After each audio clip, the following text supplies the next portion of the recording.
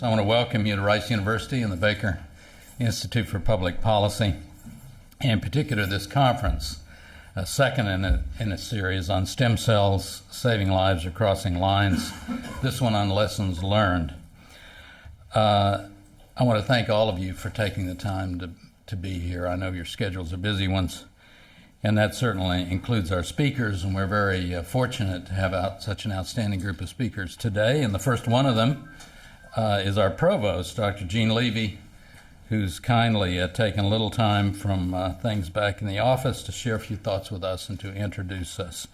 Dr. Levy is Howard Hughes Chair and Provost of Rice University and Professor of Physics and Astronomy. As Provost, he is the Chief Academic Officer of the university, has overall responsibility for education and research programs, not parking, not football, at least as far as I know.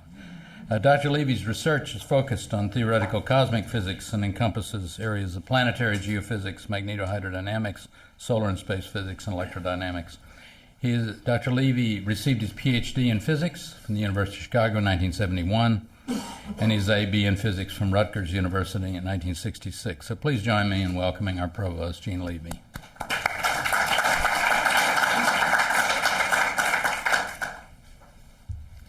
Thank you, Neil. It's a pleasure to be here this morning to welcome you on behalf of Rice University. I'm confident that this proceeding will be a very stimulating and valuable forum on a matter that is of extraordinary technical topicality as well as social currency.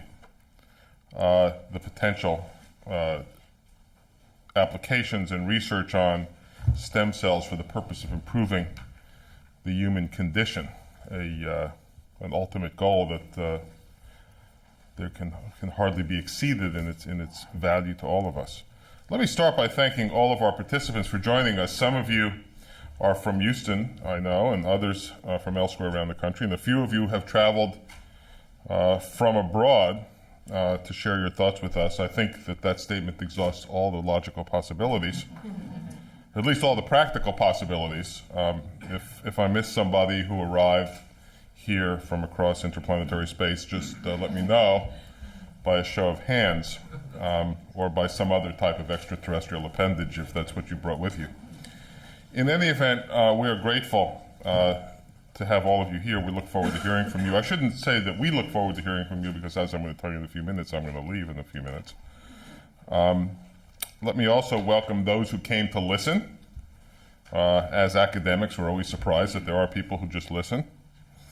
And to express the pleasure that you found the opportunity in busy schedules to join this meeting. The Baker Institute for Public Policy was founded 13 years ago with a mission to bridge the gap between the theory and practice of public policy. Since that time, Rice has welcomed numerous visitors and speakers from around the world, including Nelson Mandela, Shimon Peres, Madeleine Albright, and others, to discuss some of the world's most pressing problems. Today's conference was organized by the Baker Institute's Science and Technology Policy Program. The goal of this program is to bring together scientists, policymakers, business, and community leaders to stimulate discussion over such important issues as today's theme, embryonic stem cell research. Today's program, Stem Cells, Saving Lives or Crossing Lines, lies at the intersection of biomedical research and public policy. The ultimate promise and the challenge of the research, while I think we all have to understand, is still taking shape and still crystallizing. The ultimate promise and the challenge are obviously compelling. Embryological stem cell research carries the hope not only of providing revolutionary new treatments and cures through the direct application of pluripotent cells, but also of providing insights into the biological control of cell proliferation and cell differentiation that may ultimately help us treat such diseases as cancer, where we suffer not necessarily from a paucity of cells, but from an oversupply. At the same time, we cannot neglect the fact that the potential benefits of stem cell applications involve technologies that, applied irresponsibly, can bump against ethical boundaries that many are reluctant to cross. Indeed, for many in our society, even the most prudent and responsible research and application of embryological stem cells entails unacceptable intrusions into the definition of human life.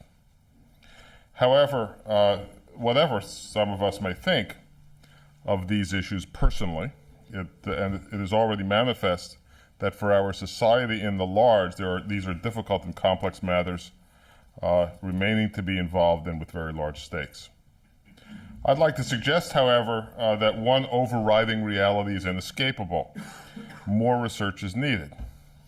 And if that research is overly much and irresponsibly feathered, then important opportunities will be lost and lives will be harmed through inaction.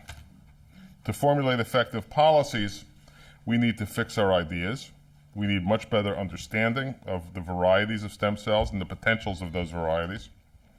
It is certainly my own view that one could hope for a much more forward-looking set of policies and set of programs and set of opportunities for stem cell research on the American landscape. At the same time, a vigorous and rigorous ethical and policy debate is essential to developing a national consensus, or at least a national modus operandi in this arena. It's in the hope of helping to move that process forward that this forum was assembled with policymakers, scientists, and ethicists. This conference could not have happened without the leaders at the Baker Institute for Public Policy. A special thanks, as always, goes out to Ambassador Edward Jerigian, the Baker Institute's founding director. And a very special thanks goes to Dr. Neil Lane, the Malcolm Gillis University professor at Rice University and a senior fellow for science and technology policy at the Institute. As well, it's important to thank Dr. Kirsten Matthews, coordinator of the Baker Institute Science and Technology Policy Program. I'd like to thank also this forum's co-sponsors, the University of Texas MD Anderson Cancer Center and the University of Texas Medical Branch at Galveston. And finally, to express appreciation to the Science and Technology Department of the British Consulate for their sponsorship of this conference and of the reception. The task of the day is to listen to one another, respect one another's viewpoints and ideas, and struggle to take a step forward. I wish all of you success and progress toward a better understanding. Personally, I operate under a particular curse, one that Neil Lane understands, and so some others here. As provost of the university, I have to leave and attend to other matters. Today is a particularly critical day in connection with a once-a-decade reaccreditation of the university that all universities must undergo. Those of you having any familiarity with this process at all will understand what I mean when I describe walking out of this room to attend to that as a move from the sublime to the ridiculous. Fortunately, I understand that the conference is being webcast, so I'll be able to keep an eye and an ear cocked on it from my office. And I intend very much to do so. In any case, thank you very much. I appreciate the opportunity to say a few words. And I'm going to, unfortunately, leave the room for the reason I just described.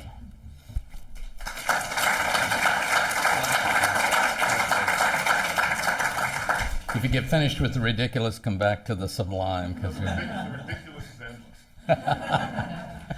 Thank you very much, Gene. Before proceeding with this morning's program, which I'm very anxious to do, I do want to remind you that this afternoon we're going to hear from some outstanding scientists. Dr. Steve Menger and Colin McGuckin arrived from England a few days ago. Dr. Menger spoke at our conference in 2004. Was so popular that we asked him to come back and give us an update. We're also delighted to have Dr. McGuckin, who has active collaborations in Texas, including work with NASA and UTMB, and you'll hear about those. Both will talk about their work in stem cell biology. Also this afternoon, we'll hear from Dr. Karen Hershey and Elizabeth Fall, both of whom are with the Texas Medical Center, and they'll give us a taste of some important research that's taking place in Texas at their respective institutions, Baylor College of Medicine and the University of Texas MD Anderson Center. This morning, we're going to review current stem cell policies in the United States. Dr. Brooke Brody, a longtime colleague of mine, will set the stage by giving us an overview of the role of ethics in policymaking more generally. He'll be followed by Dr. Mark Bale and Ms. Laurie Knowles, who will review policies in the UK and the United States, respectively. Our morning will then conclude with a panel of distinguished individuals who will discuss state initiatives. Dr. Arlene Chu will review developments at the California Institute for Regenerative Medicine. Although legislation was approved, as you know, in November 2004 by the voters in California, legal battles have stalled some of the progress, and Dr. Chu will review what she's been doing to get the Institute going. Representative Beverly Woolley and Ms. Judy Haley will give us an idea of what's happening in Austin with the state legislature, and we will undoubtedly learn a great deal from all of today's presentations and discussions that will help Texas move forward with sound policies on stem cell research. I mentioned earlier that today's conference is the second in a series started in November 2004.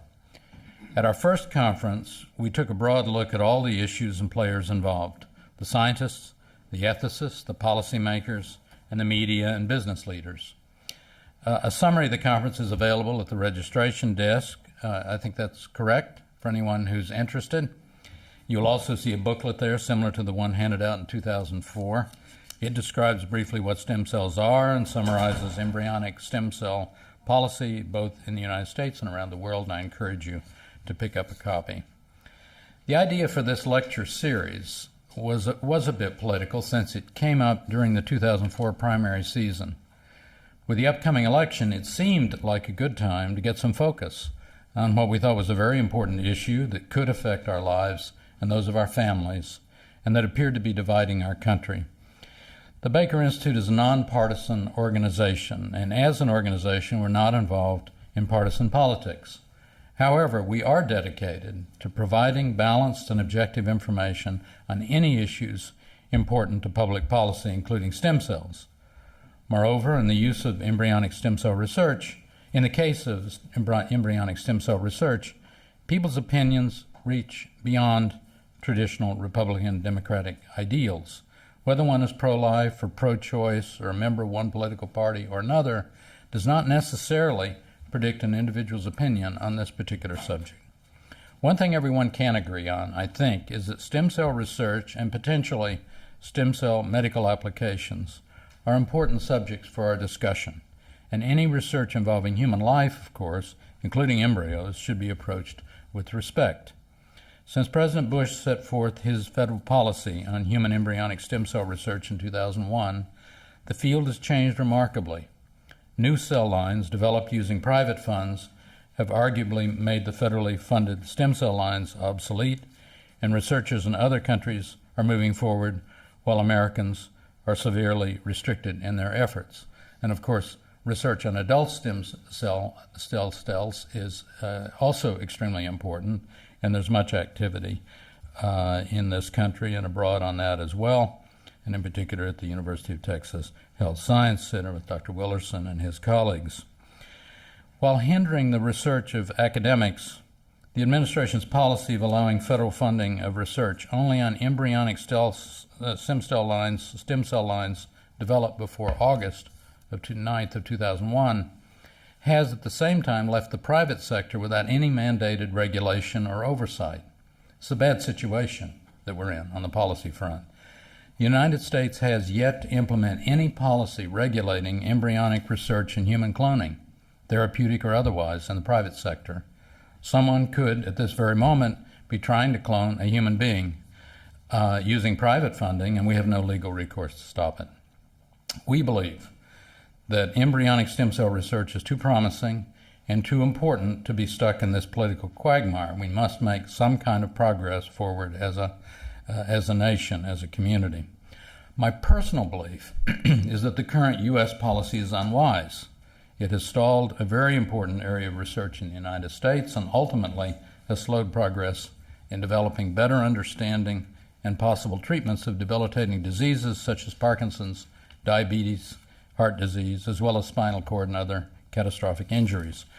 We hope with today's dialogue we can address some of these issues and find a way to move the discussion forward. So in closing my remarks, I want to join Provost Levy in thanking our co-sponsors, the University of Texas MD Anderson Center, the University of Texas Medical Branch at Galveston, of course the Science and Technology section of the British Consulate, and the University of Texas Health Science Center, Houston, and Baylor College of Medicine have been our partners in planning this entire series of conferences. And we're delighted that University of Texas Health Science Center President Dr. Jim Willerson could be with us this morning. I would also add that Dr. Irma Geely of the University of Texas Health Science Center continues to be a very important advisor in our whole health policy area. So thank you all for your guidance and your assistance. Now my great pleasure to introduce our opening speaker, Dr. Ken Shine, a giant in my view and the views of others in the field of medicine and health policy, and a relative new Texan. In fact, he still doesn't quite look like a Texan, but we're working on it. Ken Shine, MD, is the Executive Vice Chancellor of Health Affairs at the University of Texas System and is responsible for the 6 University of Texas Health System components and their aggregate operating budget. Cardiologist and physiologist, Dr. Shine is a former president of the Institute of Medicine, which I think you know is part of the National Academies in Washington, where he addressed important issues in medicine and health care, such as quality of care and patient safety, nutrition, food safety, and child development. Dr. Shine is also professor of medicine emeritus at UCLA School of Medicine. He is a former dean and provost of the medical sciences at UCLA, and he received his bachelor's degree from Harvard University, his MD from Harvard Medical School. I've had the honor of working with Dr. Shine many years in Washington and over the past 2 years here in Texas on a health policy project, and we look forward to hearing with him, working with him, with University of Texas and all the medical institutions of Texas on the many health policy matters that we want to deal with in the future. This morning, Dr. Shine will talk to us about, his title is Research Stars in Texas. Sounds like a title of a country and western song. Welcome, Ken Shine.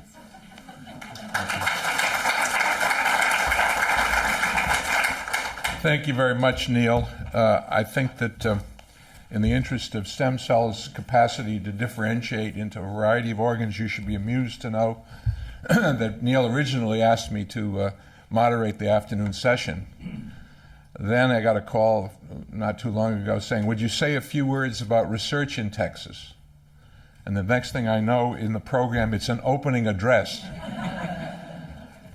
So in the next few minutes, I am going to try to talk about several issues, not specifically about stem cells, which we're going to talk about for the rest of the day, but rather what I think are some of the overarching issues facing us in terms of science, technology, and their application in the United States.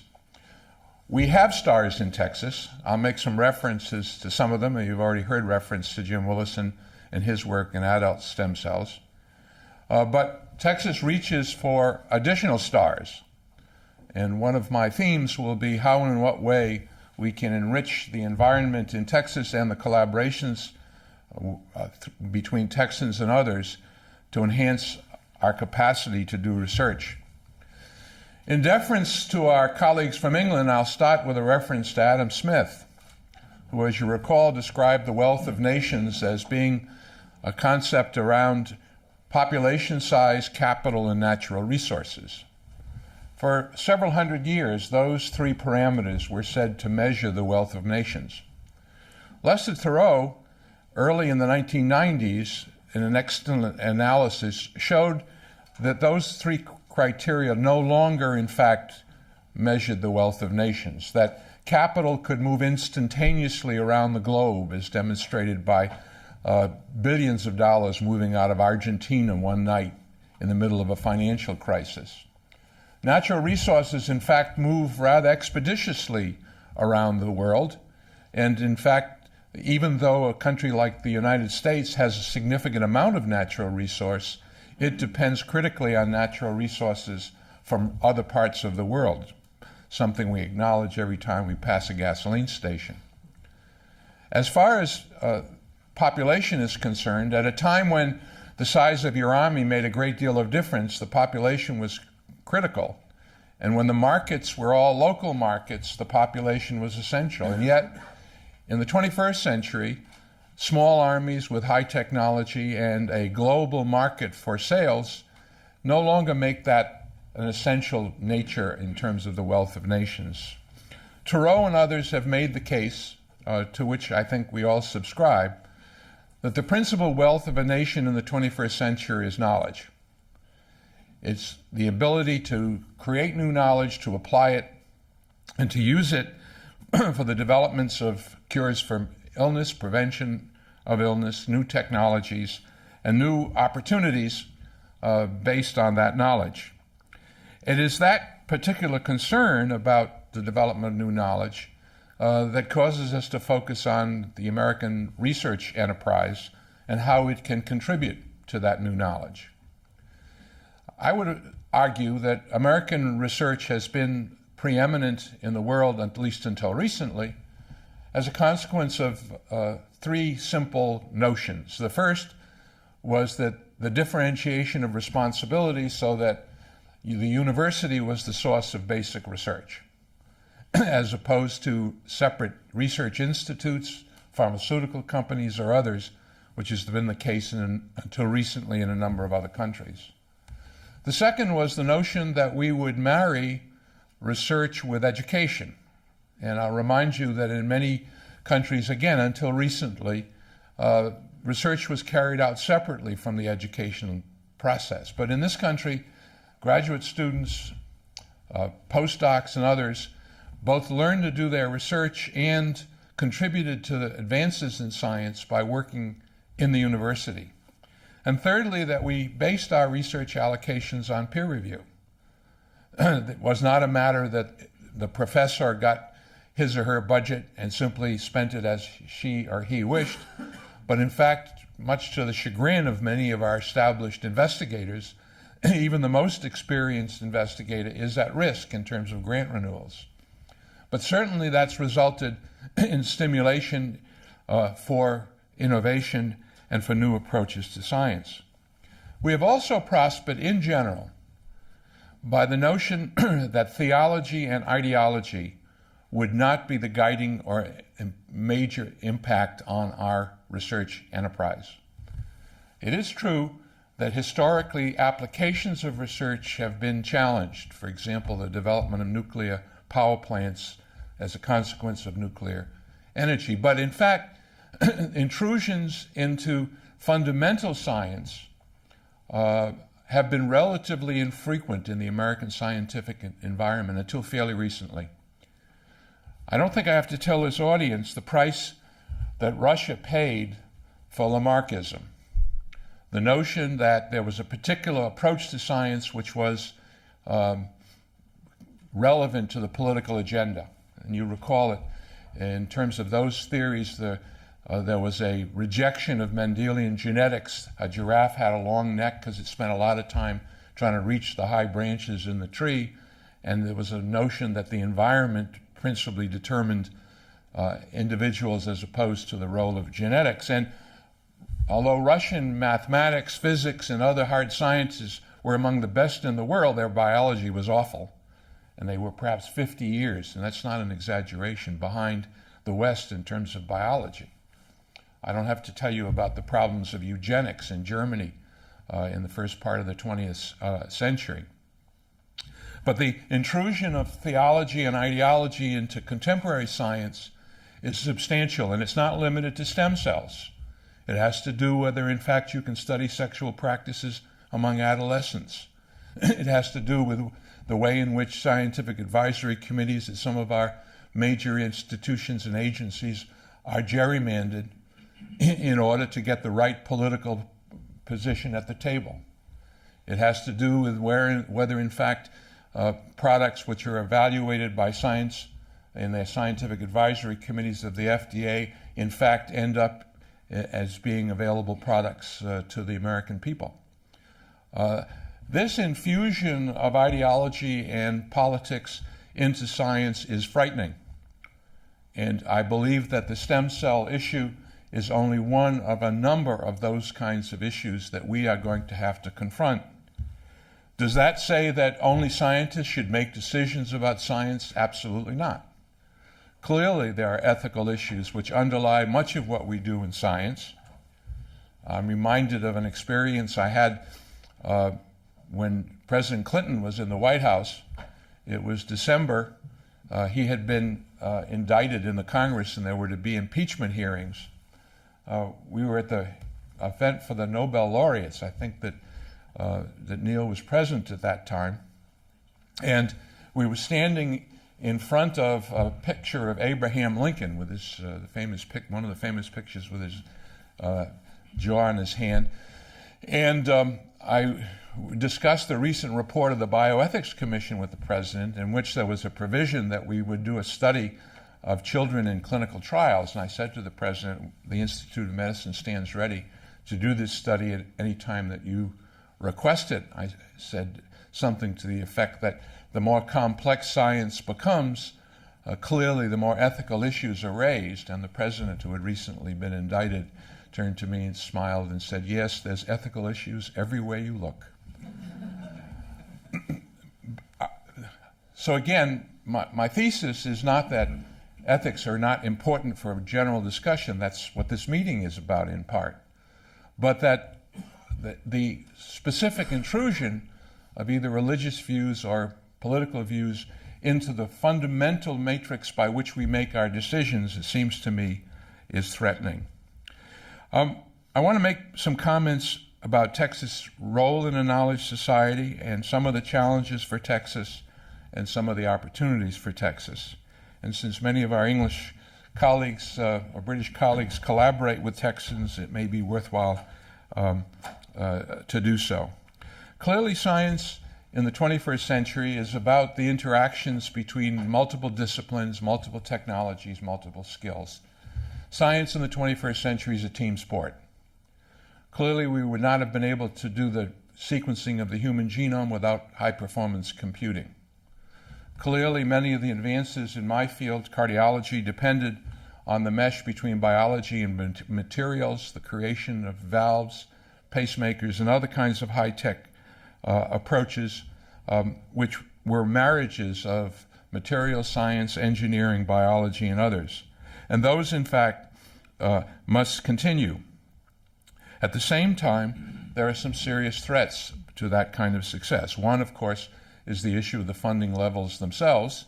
And for those of us in medicine, the decrease in funding for the NIH poses a major challenge nationally, and will make it even more challenging for Texans in terms of maintaining our competitive position. I'll come back to that.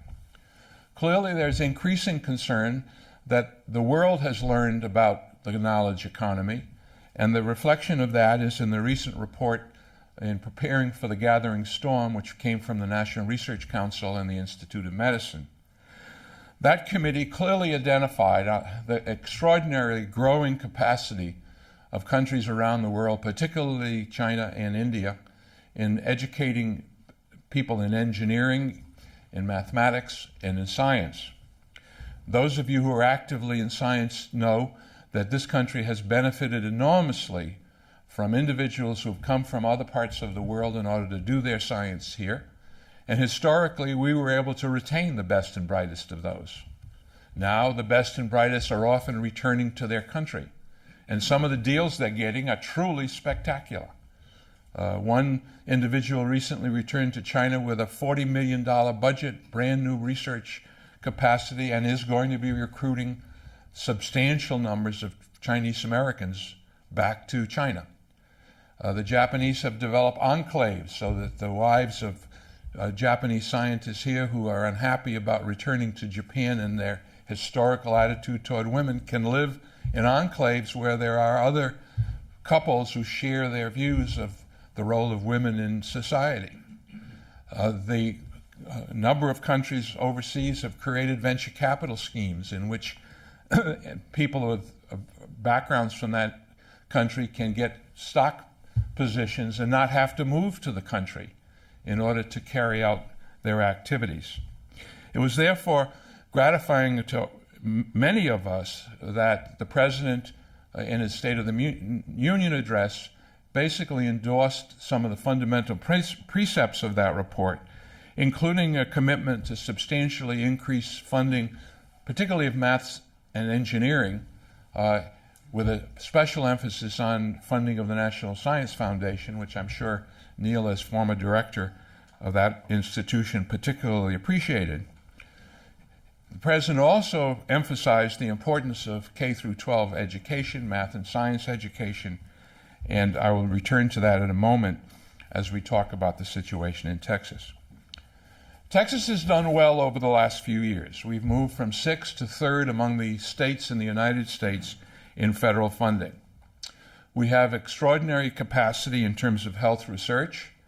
In addition to the outstanding programs at the Baylor College of Medicine, last year, University of Texas health institutions received $1.15 billion worth of sponsored research support for health research. We have developed important alliances in this state between institutions such as the Gulf Coast Consortium, in which drug development is being developed by institutions which include several in Houston as well as Galveston and those at Austin. In the area of terrorism, we are the only state in which we have a campus which is the central feature of 5 states of research programs in terrorism and a national laboratory at Galveston. That laboratory is under construction and promises opportunities in drugs, bugs, and vaccines that could be substantial. We have important collaborations in the state, which include, for example, Texas A&M, Houston, and Galveston in such areas as zoonotic infections. Peter O'Donnell and the O'Donnell Foundation have made major progress by giving bonuses to students and teachers for participating in advanced placement courses. And advanced placement education in the state has been enhanced. We have the only medical school in the country with 4 Nobel laureates. We have arguably the #1 cancer center in the country. Some of us would quibble with the 100th of a point that made them second last year. But MD Anderson was rated as the top cancer center in the United States in 3 of the last 5 years. So we have many very positive assets and many stars. At the same time, we have some major challenges. We have the lowest high school graduation rate in the United States. And those graduates are the ones who have to go on to college and who, in fact, need to participate in this knowledge economy. We have essentially no major research medical schools on an academic campus, on an academic research campus. One of the peculiarities of Texas is the notion that in the University of Texas, all of the academic health centers are separated from academic campuses. And in a world in which interactions between disciplines are particularly important, those separations are substantial.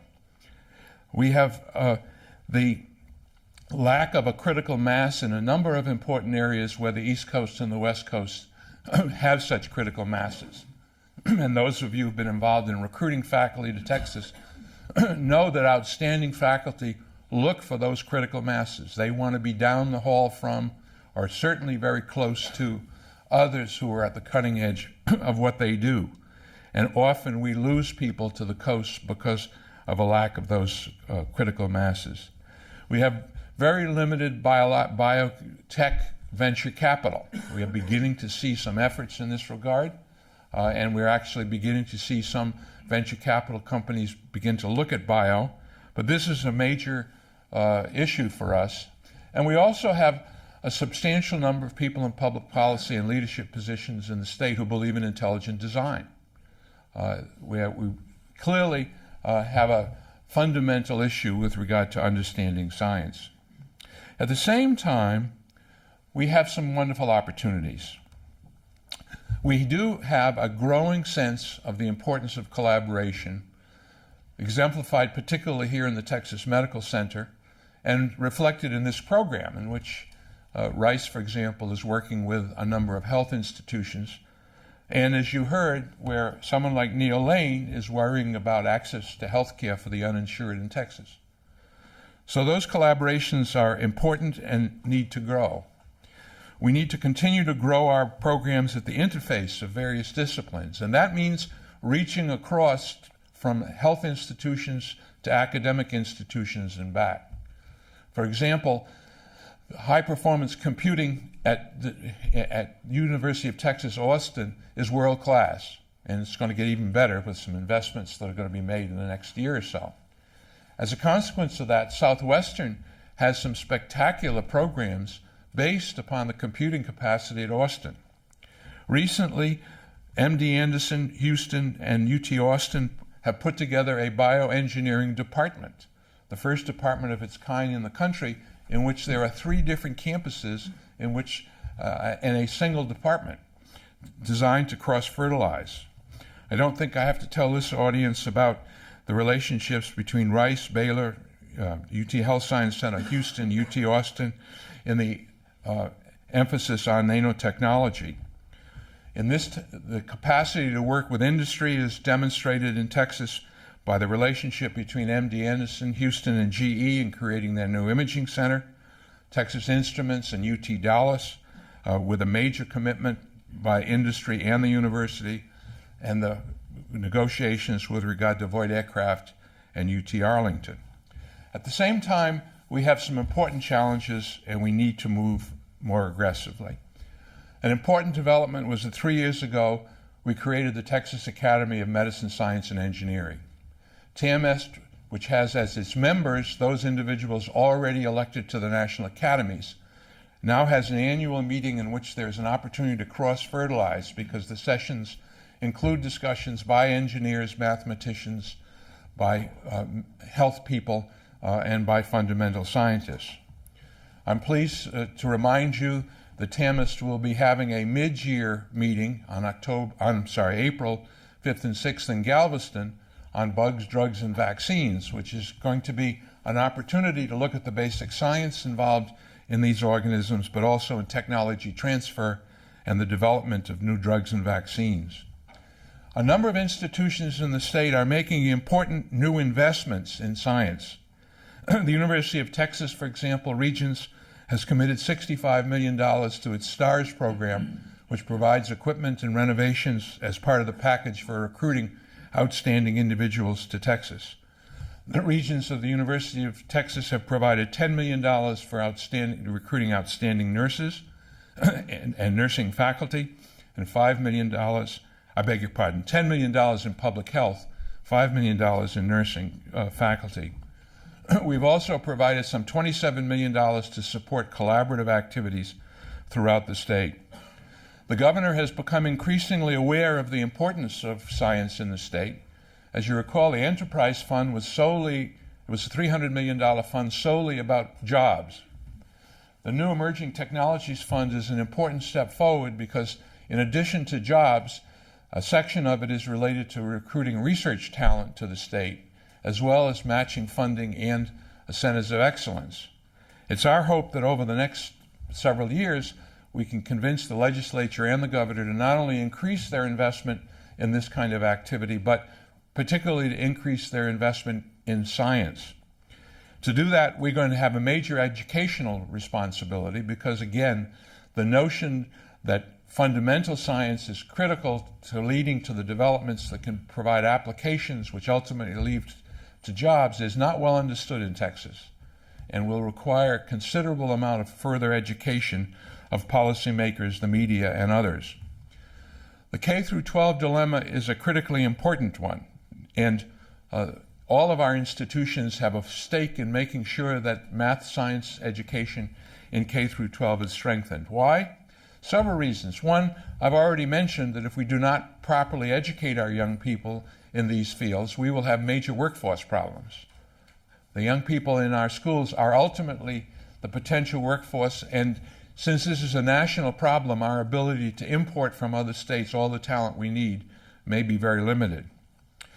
The second reason, and equally important and relevant to this conference, is that the failure of educated individuals in the state of Texas to understand science, to understand the methodology of science, to understand the processes of science, that failure means that they do not understand the difference between intelligent design and evolution, and they don't understand the difference between stem cell research and not doing stem cell research. So that K-12 education is a critically important part of what we need to do, not only to support the knowledge economy, but also to provide understanding, insight, and support of our research endeavor. We need to discuss increasingly the role of education and an understanding of science with our policymakers. And I'm delighted that Representative Woolley is joining us today because she has been among those who've been working very hard to sponsor environments, forums, conferences, and so forth, in which various aspects of science, and Bill Brinkley, who's here, and Jim, and others have worked with me, and we've done forums on things like stem cells, and we're fortunate in having some very important presentations, which ultimately I think was very constructive in terms of what the outcome was in terms of those who would try to prohibit stem cell research.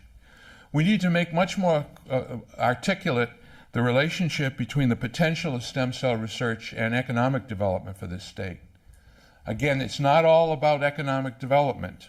I emphasize that knowledge for its own sake clearly has been an important driver, as exemplified by basic research in the United States. But at the same time, given the importance of economic development, connecting the opportunities in stem cell and other kinds of research to that development is important. The key trick, it seems to me, is to help policymakers understand that breadth and depth in fundamental science, particularly the recruitment of critical masses of individuals in important areas of science, is what underlies what we're doing. We need to emphasize the opportunities for collaboration both within the state and outside of the state. To keep us competitive, we need the best equipment, which is why we've made huge investments in imaging equipment involving UT Dallas, UT Arlington, and Southwestern, equipment that none of those institutions alone could have afforded. But advancing cognitive neuroscience, auditory neuroscience at those institutions depends on that kind of commitment. We need to stick with the facts. We need to be able to present our case with regard to science as clearly, as accurately, and as understandably as possible. We need to support initiatives like the Emerging Technology Fund, not only that it be continued, expanded, but that perhaps it even provides some opportunities for recruiting individuals to the state in a broader sense of supporting science. Finally, I just want to remind all of you from Texas that it's important to talk up Texas. Now, we have a reputation for braggadocio for a certain extent, I recognize. But the realities about Texas science are that we have many stars, and that we have a capacity to recruit more stars and to develop them internally if we tell our tale well. As you well know, there is a tendency for those on the East Coast to look past Texas to the West Coast and vice versa. We want them intellectually to stop long enough in Texas to recognize that there are extraordinary opportunities here. I've emphasized some of the things the University of Texas is doing in terms of the STARS program, public health, nursing. I anticipate that there will be a major initiative this spring to keep Texas competitive, which will involve more than the University of Texas, but in fact a number of other institutions in the state, working together to deal with math, science, engineering, health research, and so forth. You need to be part of that process. You need to share our enthusiasm, and you need to communicate it to our scientific colleagues at meetings and interactions around the country. Focusing on our shortcomings often is just what we need to turn somebody off. That doesn't mean we don't face those shortcomings, but we need to do that realistically within the context of the state, as I've suggested. I'm looking forward to an interesting meeting, and I thought perhaps I would be excused from moderating the session in the afternoon in exchange for an opening address, but Neil won't let me off the hook, so I'll see you this afternoon. Thank you very much.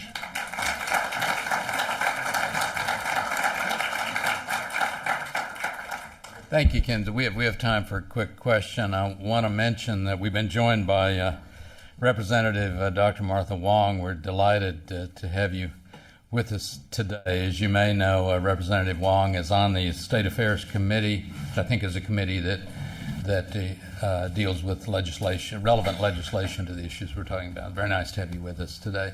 So we have a quick question for Ken. Yes, sir.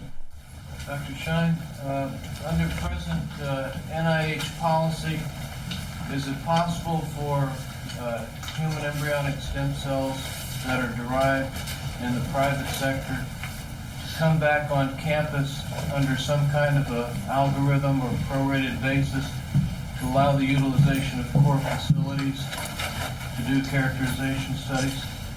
Well, I'm not a lawyer, and with that caveat, my understanding is the answer to that is no. That is, you cannot bring into a federally funded environment embryonic stem cells, even though they're derived from some other source, unless the only stem cells are those that were in the August 2001 list. There may be other people here who have more recent information, but that's my understanding of the rules. That's my understanding as well, but if anyone has other views, we would want to hear them. I think we want to move on with the program. Thank you very much, Dr. Shine. I appreciate it. We have some folks standing up, so please come over and work your way over and find some chairs so that you don't have to stand up through the whole program. Next on the program, we're delighted to have Dr. Brooke Brody. Dr. Brody is Professor of Biomedical Ethics and Director of the Center for Medical Ethics and Health Policy at Baylor College of Medicine. He is also the Andrew Mellon Professor of Humanities in the Department of Philosophy at Rice University and Director of the Ethics Program at the Methodist Hospital. Dr. Brody has been a faculty member at Rice since 1975 and at Baylor since 1982. Dr. Brody and I think, have known one another for a very long time. We're both small children when we came to Rice. Prior to coming to Houston, he taught at MIT from 1967 to 75. Dr. Brody received his BA from Brooklyn College, although you couldn't tell it, in 1962, and his PhD from Princeton in 1967. This morning, Dr. Brody will speak to us on the role of ethical and political philosophy in formulating a policy on stem cell research. Please welcome Dr. Brooke Brody.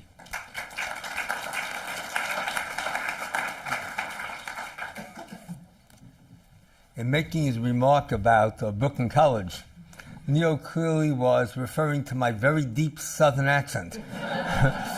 But it is really a Southern accent. It's South Brooklyn. Please keep that in mind. It's not the Toity-Toits, we people. That's North Brooklyn. Just want to clarify that one point. Thank you very much, Neil. Before I turn to my official topic and the slides and my presentation, I want to say something about what I really wish were the case, and that is that public policy was based upon my ethical views. Since they're all correct, then this will be splendid public policy. And let me just tell you briefly what they are on stem cell research. There is no problem in the destruction of fertilized zygotes in the early period after fertilization, especially when they're ex utero, and there is no problem in creating such zygotes for the sake of research. I'll actually talk about a country that holds that view in a little while. And I sure wish that American public policy was based on that obviously correct moral position. It doesn't work that way, however, in public policy. And so the real question that I want to address today is not as what is Brody's views and how do we get together politically to get them adopted. I suspect, by the way, there are other people in this room that share those views. But rather the larger and more difficult theoretical question, when you live in a society where not everybody shares those views, how do you formulate public policy so that in some sense it is reflective of the plurality of views that are present in a given society? And that's the question of political philosophy that I want to address this morning, and I'm going to do a lot better if I can figure out how to advance the slides. Use keyboard below. Where's that? No? Here it is. Okay. That will really make it work better. Thank you, Neil. Okay, let me just remind you what the fundamental dilemma is, ethical dilemma. Stem cells, of course, are unspecialized cells which can self-renew indefinitely and which can differentiate into mature cells with specialized functions. Research using stem cells offers the potential for a better understanding of cell differentiation, as well as the potential for the development of tissue replacement therapy. If I could, let me make just one remark, or two remarks actually, about that point. One is it offers the potential. From time to time, my colleagues remind me that 15, 20 years ago, people made the very same remark about gene transfer therapy, and we are still waiting for the first great success. I sat on the RAC for a number of years that had the dubious privilege of reviewing all those protocols, and French Anderson was at every meeting. And from time to time, he would sort of express, gee, this was all supposed to have worked out 15 years ago. So potential is potential.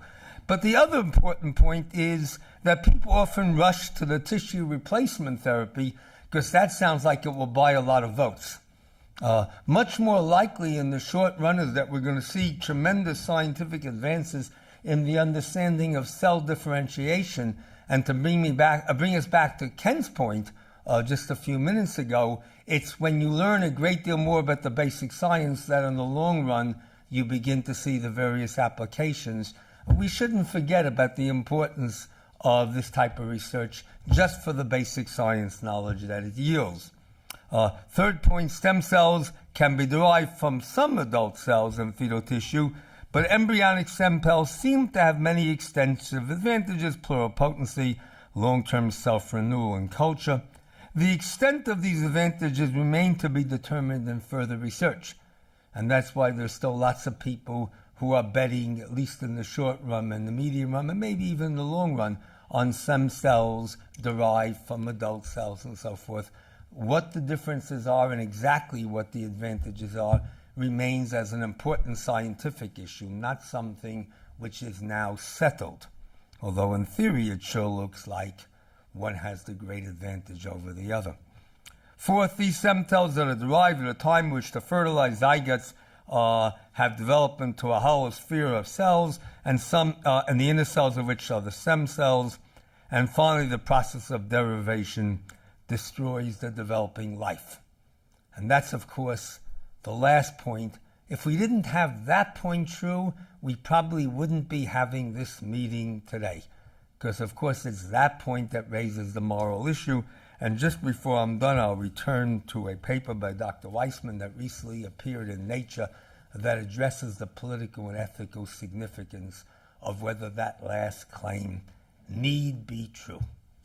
And an article called Politics Stem Cells, and we'll come back and talk about that before we are done. Okay. Now, obviously, those who are concerned about stem cell research look at point number 5.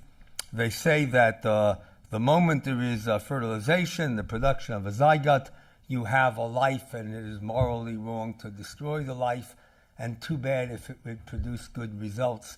We don't produce good results by killing human beings. That's crudely and quickly, but probably accurately, the argument that's used by the opponents. Okay, so how do we develop public policy when we know that there are, on the one hand, these very strong scientific and medical hopes based upon this research, and on the other hand, the significant portion of our society holds what I take to be an incorrect view, but that's just that point that Brody holds it to be incorrect, that from the moment of conception, the fertilized zygote is a human being entitled to a full set of protections. How do we formulate public policy when there is that sharp disagreement? Let me, by the way, add an observation that not all countries have such a sharp disagreement. We must not take the American scene as being indicative of the scene throughout the world. And in many countries, this question of how to deal with moral pluralism and the differences doesn't arise, or arises in a very different way, because there simply lacks a large number of people worried about that last claim, and then public policy can be formulated in a quite different way. It's not the case that necessarily what is good public policy in one society is good public policy in a different society. Well, one approach to formulating public policy, approach that, for lack of a better, I'm not good at making up quick names for things. You know, every clinical trial has these wonderful acronyms. I think there's somebody in the basement of the NIH who's a specialist in doing that sort of thing. And I'd like to hire him, because I'm just no good at all at that. But we'll call this approach the moral analysis approach. And the basic idea behind it is that you develop a public policy permitting and funding such research, or alternatively prohibiting such research based on an analysis of the morality of destroying this life to obtain these scientific and medical benefits. Here are two versions before we get to countries. One is the Catholic version, which in fact then prohibits this research since it involves the killing of the innocent human being present from the moment of conception.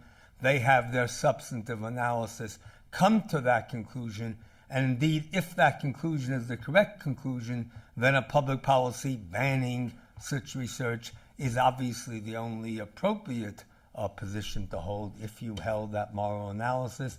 Or alternatively, you might look at a traditional Jewish version of a moral analysis, which would permit this research because the embryo, especially when ex utero, has no moral status calling for protection in the early period after conception.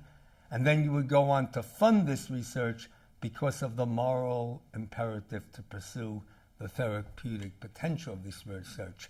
I want you to note that the traditional Jewish position has two components, one arguing for the permissibility of the research, and the other arguing for a moral imperative to fund this sort of research. The second obviously takes you beyond the first. Some of you may have noticed a slight resemblance between that analysis and what I announced as my position initially. And if you didn't notice that, it's because you may have been fooled by the name Brody. But when you add my first name, Baruch, it becomes eminently clear. Okay. If that could not appear in the minutes of this meeting, which I can. Okay. Now, in fact, there are countries that have adopted just this approach to formulating public policy related to stem cell research. Several European countries, Austria, Italy, Poland, they're not unique, Ireland could be added, a bunch of others as well, have done this and prohibit all such research because they adopt a certain moral analysis of the status of fertilized zygotes. While the United Kingdom has done this and allows not merely for the research, but for the creation of embryos to provide stem cells for research, and we'll be hearing a lot more about that, I'm sure, in the next presentation. For those of you who would like to get a sense of the broad variety of national policies on this question, I was going to plug an article by my dear friend Leroy Walters in the Kennedy Institute of Ethics Journal. It is a very good article, but you don't need to run to get that one because in this book that was handed out, they kindly have a full analysis of the policies in the different countries. So in fact, this approach to formulating public policy has been adopted in many countries and has led to whatever results it has led to. Notice it has led to very conflicting results depending upon the moral complexion of a given country. Okay, there are some advantages to this approach. First of all, it does ground public policy in a sense of moral rectitude. That is, when a country adopts a policy based upon these type of moral views, it can feel that we're doing the right thing. And that's a good feeling to have on occasions when you formulate public policy in that way. And also, those countries tend to have a uniform public policy covering research funded publicly and privately. And that goes back to a point that Ken made in his presentation as well, that there is this growing concern that failing to have appropriate rules governing research like stem cell research, we may wind up with a bunch of stuff happening in the private sector that nobody really wanted or intended except a small number of people. So those countries that either ban entirely because of a moral stance or permit and even fund because of a moral stance tend to have rules that are uniform over both the public and private sector, and that looks like a good feature. There are some different disadvantages of this approach.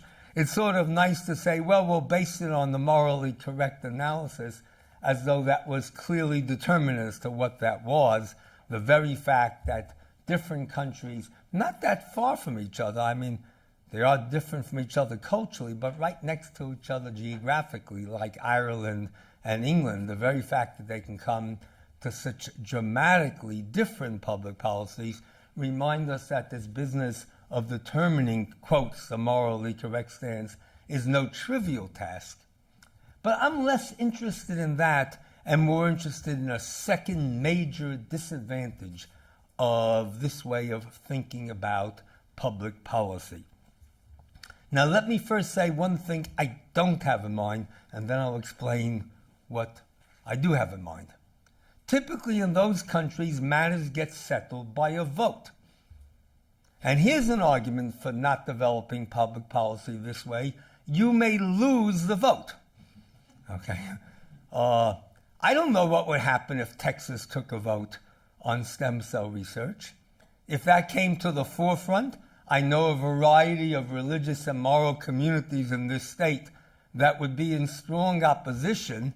And if I watched this state's politics, which as a citizen I often do, I would suspect that they would come out and vote and maybe not come out and vote the way I want them to vote. Okay, so put it, public policy developing in this sort of way, especially in a democratic fashion, and accept the fact that you may lose. That's a very important prudential argument, but that's not the argument I want to put forward today. The argument I want to put forward today is based, suppose you won. Would that necessarily, that is, public policy was formulated just the way you thought was the morally correct approach, would that be a good thing if a significant portion of communities within society feel that their moral sensitivities have been neglected?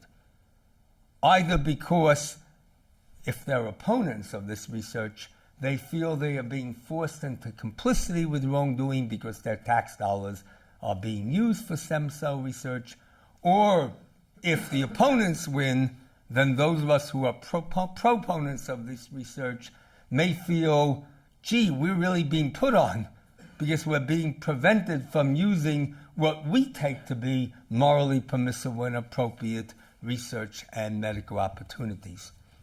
It has been noted that American society is a very badly divided society. We have the red states and the blue states. Maybe that's not the best analysis of how morally divided we are, but we are morally divided. And develop public policy in this way, all you do is increase the sense of moral division within society, and that is something we don't really need at this point. Now notice that's a remark about American society. There might be other societies that have much less of this disagreement, and then that observation would be much less significant. So what I have been trying to think about in recent years when I think about these questions is the notion of developing a public policy based upon a moral compromise. Now let me say a word about moral compromise. People think morality, that's the last thing you should be compromising about. Well, I had a graduate student who wrote a splendid thesis arguing for the importance of moral compromise, in part because it avoids these type of sharp divisions with society, or at least lessens them, and also on the thought that perhaps there is some merit in the other position, which is worth trying to learn some from and incorporating into this compromise. Well, by the time she was done with the thesis, I was prepared at least to start calling this approach moral compromise. And I urge it upon you as a thought for a name. The idea then is perhaps to develop a public policy which permits and perhaps publicly funds some such research while prohibiting other forms. And the idea is you're attempting to accommodate to the maximum extent possible the moral sensitivities of as many moral communities within our society. And so that's basically the idea. Let's have some research, let's have it funded, let's not rush to have other types of research. We have to negotiate what falls on what side and what falls on the other side. Notice that's another word. The thought of negotiating about morality sounds like a strange notion, but think of it as negotiating about public policy. Well, that you do all the time.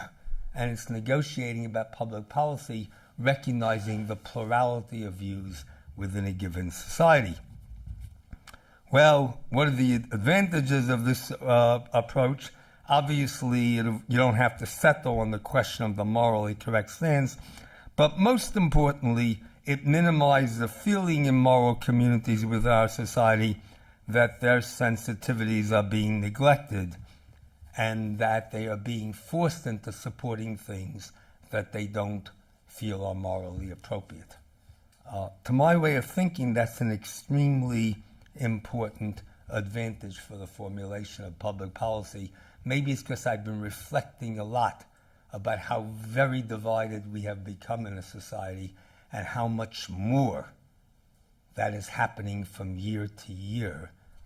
Probably that division is not fully reflected in the audience today in this room. But just go out to one of the... No, okay, I was going to suggest various local places one could go to. But in any case, you get the basic idea, and you'll be reminded quickly about how great is the moral division in our society, something that should not be, I think, encouraged. We want to sort of minimize that. Let me mention 3 compromises. That will be the next slide. One that I have little interest in, one that I have just a bit more interest, and one that I'm really quite interested in, and that was in reverse order from where they appear on the slide. The one that I have little, if any, interest in is unfortunately the current public policy about NIH funding of research. Only cell lines created before the development of this policy can be used in publicly funded research. This is based upon the principle that the public can use fetuses killed early enough. That is, before I, as a president, make a speech. I've never quite seen the moral significance of that particular date, but perhaps others will enlighten me in the course of the day. This is a compromise I have little interest in, and it sort of reminds me of a compromise that Germany adopted for a while. It was okay to do stem cell research as long as the lines had been derived outside of Germany. So somehow or another, this was German policy, may still be German policy on stem cell research. And if dates don't count morally, why should geographical location count? That's the compromises I meant that have little attraction, and unfortunately they are the actual public policy in many countries. Then we move on to one that was actually proposed at one time by the General Counsel of the NIH and did not become public policy because of the president's speech, and that was public funds cannot be used for the derivation of embryonic stem cells and the creation of stem cell lines, which must only be done in the private sector. But once the stem cell lines are there, they're there already, so why can't we use them, and why can't we publicly fund research on them? And that was the legal opinion of the General Counsel of the NIH, and might well have become NIH policy were it not for the president's decision. Otherwise, that begins to sound like a bit of a moral compromise. You know, we're not going to pay for people doing this sort of thing, take into account the sensitivities of one group. But once you've got the stem cell lines, it would be silly not to take advantage of them, taking into account the sensitivities of the other group. I actually like, as a third possible compromise, the one that is adopted in Denmark and Hungary and Spain, and actually in a great many other countries in Europe. It is probably the predominant compromise on these questions in Europe at the moment, and for lack of a better name, this actually isn't too bad of a name. I call it the separation approach, where the basic idea is that embryonic stem cells can be derived from surplus fertilized zygotes in IVF programs once a decision has been made neither to implant them nor to preserve them for later use. So you separate the decision as to whether you're going to implant these or whether you're going to preserve them from, and or the decision to destroy them. And if that latter decision has been made, why not use them? What's the moral disadvantage? What's the moral advantage of throwing things into the garbage can? That's a crude way of putting the point, but actually I found rhetorically persuasive, rather than actually using and getting some human benefit. So that's an approach, I think, that is a compromise that has been developed in many countries. I'm going to skip the next slide because of time considerations and get on to the last of this slides. Obviously, the success of this compromise depends on at least two very different issues. One is the availability of enough stem cells for the needed research. We all thought there were going to be massive number of these unwanted fertilized zygotes that were about to be thrown away at IVF clinics, and we could then use them to derive stem cells and develop stem cell lines. It turned out there weren't all that many. And that helps explain why, for example, at Baylor IVF facilities, you've got freezers full, big freezers, full of these fertilized zygotes that are not at the moment being used, but they're not, on the other hand, being thrown away either. And our experience is not unique in that respect. The other, of course, larger problem was if any of this is going to be used therapeutically, there is this problem called the rejection issue, which I don't think I need to explain to this audience. And so that would be a major issue in connection with this compromise. And now the article by Wiseman in Nature for 12th of January of this year, an article called Politic Stem Cells. And I happen to have a copy of the article here, and let me just read from you. There's sort of an abstract, as there are in a sort of a way in Nature. Research in embryonic stem cells holds huge promise for understanding and treating disease.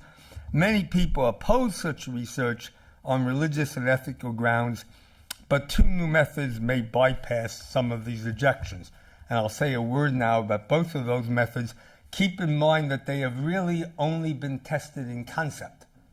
In the mouse model, they are far from being tested in reality in the human situation. The first is a paper that was published, I guess, in the same issue of Nature by Lanza on blastomere-derived embryonic stem cell lines. If you think, for example, of the pre-implantation diagnosis programs, you bring the fertilized zygote to 8-cell line, you take one of the 8 cells, the rest remains perfectly viable. We do this all the time. As some of you may know, Baylor's even begun doing this for gender balancing. So this has now become, once you have one kid, you can get at the other. Before anyone gets upset, I need to tell you we have 3 boys. If it had been available years ago, we would have had 3 boys and a girl. But then again, I tend to be pretty permissive about most uses of technology. Okay, so the basic idea was, I actually raised this question at AAAS meeting and was assured by all the scientists that this couldn't possibly be done. Only, at least in the mouse model, there is now this preliminary data that it can be done. Notice how this would get rid of a large number, in fact, the major moral issues. The National Council of Catholic Bishops was sufficiently concerned about this question that its spokesperson got up and said, well, it's still morally wrong because of the moral problems with using IVF anyway.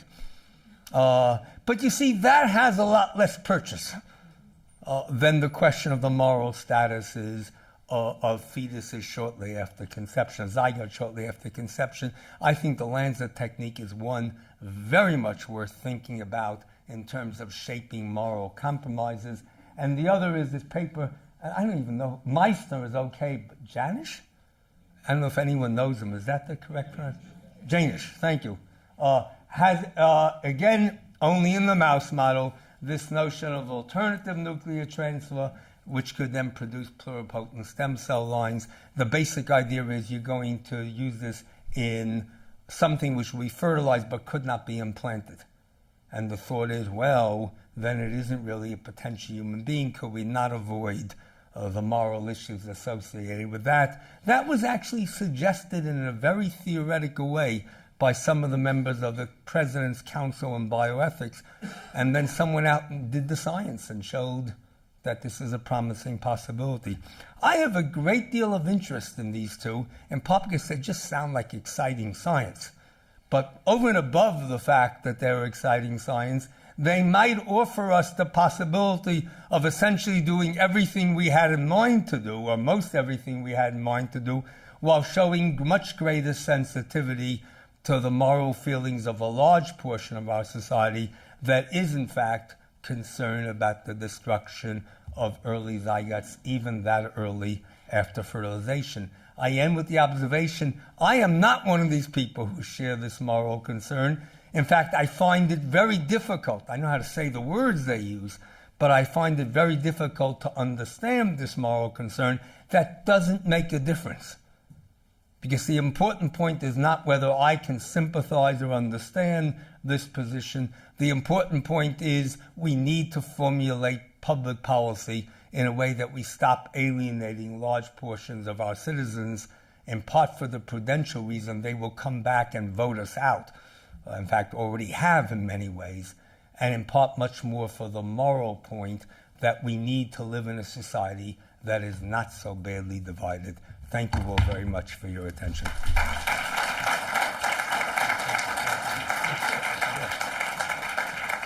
We have time for a question. Is there a question, Dr. Brody? Please.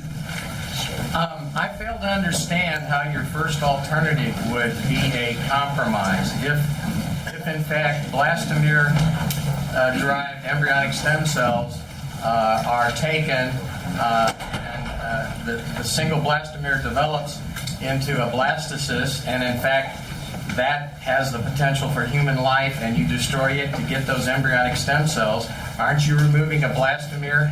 You know, that raises... The exact problem they object to. I raises that question as well. There are two portions to that question, really. The first is, what happens to the other 7 cells? But assuming that's all right, it's... Yeah, well, actually, you have to deal with that issue as well, because are you going to throw them out? And the thought is apparently those who are thinking about it is, no, you would treat it like any other unutilized stem cell, unutilized fertilized zygote, and it would be frozen and then perhaps donated at some later stage. There is a remark in Wiseman's paper where he tries to develop an answer to your question, but it's much too short. So I don't really have a full understanding, but he seems to think that that problem can be dealt with. But the scientific paper doesn't deal with that issue at all, so that remains something that I really don't understand what Wiseman has in mind, but at least it's something worth trying to figure out a little bit further. But I don't fully have an answer to your question. I just want to admit that. A very important question. Can I ask you a question? Sure. That reminds me of something I don't understand. Is there a moral distinction or an ethical distinction to be made between a fertilized egg, embryo, and a somatic cell nuclear transfer, clone embryo?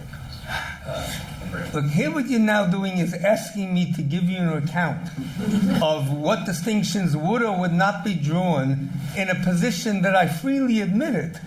I know how to say the words, but I have no real understanding of. So I think you probably do better off addressing that question to the moral theologians in the local diocese.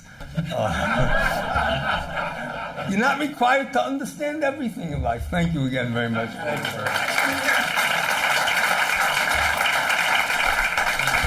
Thank you very much, Brooke Brody. Next on our program, we're delighted to have Dr. Mark Bale with us. He is head of the genetics branch in the Scientific Development Bioethics Division of the Department of Health in the United Kingdom. Dr. Bale was responsible for oversight of the recent UK stem cell initiative and UK government response. He's currently involved in the review of the 1991 Human Fertilization and Embryology Act. He is responsible for national and international activities on bioethics and genetics. Dr. Bale has a research background in microbial genetics and joined the Department of Health in 1999. Today, Dr. Bale will be speaking to us on UK stem cell policy and regulations. Please welcome Dr. Bale.